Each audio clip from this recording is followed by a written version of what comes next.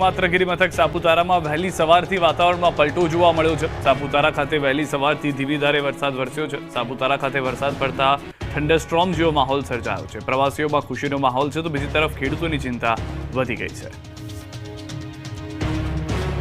વાહન ચાલકો માટે હેલ્મેટ કેમ જરૂરી છે, જોઈ લો આ વિડીયો।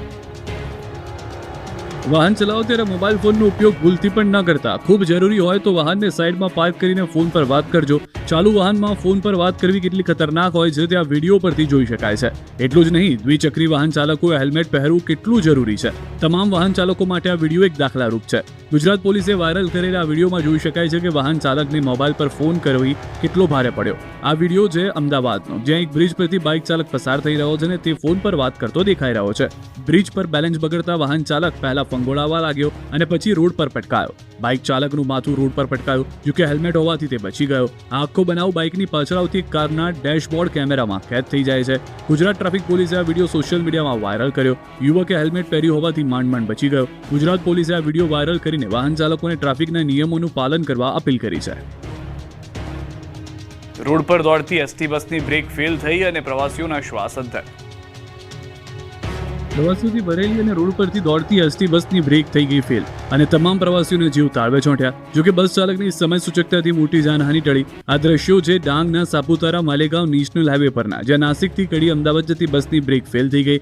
બ્રેક ફેલ થતાં એક સમયે અકસ્માતની શક્યતા હતી, પરંતુ બસ ચાલકે સમય સૂચકતા દાખવી અને બસને રસ્તાની સાઈડમાં ખાડામાં ઉતારી દીધી અને બસ રોકાઈ ગઈ। બસમાં 37 પ્રવાસીઓ સવાર હતા અને બસ અચાનક ખાડામાં ઉતારી દેતા કેટલાક પ્રવાસીઓને નાની મોટી ઇજાઓ થઈ। બનાવ બાદ સાપુતારા પોલીસની ટીમ પહોંચી હતી।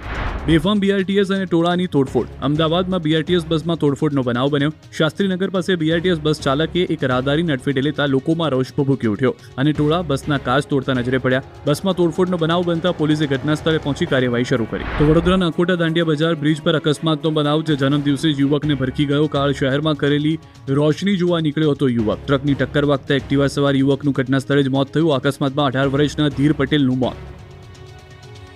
નજીવી બાબતે બે મહિલાઓ વચ્ચે થઈ મારામારી, પોલીસને કરવી પડી મધ્યસ્થતા।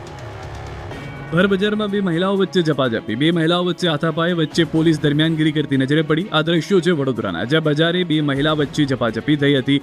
લહેરીપુરા ગેટ પાસે જાહેરમાં મહિલાઓએ મારામારી કરી। મહિલાઓ વચ્ચેની મારામારી થતા લોકોના ટોળા પણ ઉમટી પડ્યા, તો કેટલાકે વિડીયો બનાવીને વાયરલ પણ કર્યા। બે મહિલાઓ પૈકી એક મહિલા પોલીસકર્મી હોવાની ચર્ચા છે। જોકે થોડી વાર બાદ મહિલા પોલીસ સ્થળ પર પહોંચી હતી। બંનેને છૂટા પાડવાનો પ્રયાસ કર્યો, પરંતુ મામલો મારામારી સુધી પહોંચી ગયો। આખરે મહિલા પોલીસે મધ્યસ્થી કરીને મામલો થાળે પાડ્યો। હાલમાં સમગ્ર ઘટનાનો વિડીયો સોશિયલ મીડિયામાં વાયરલ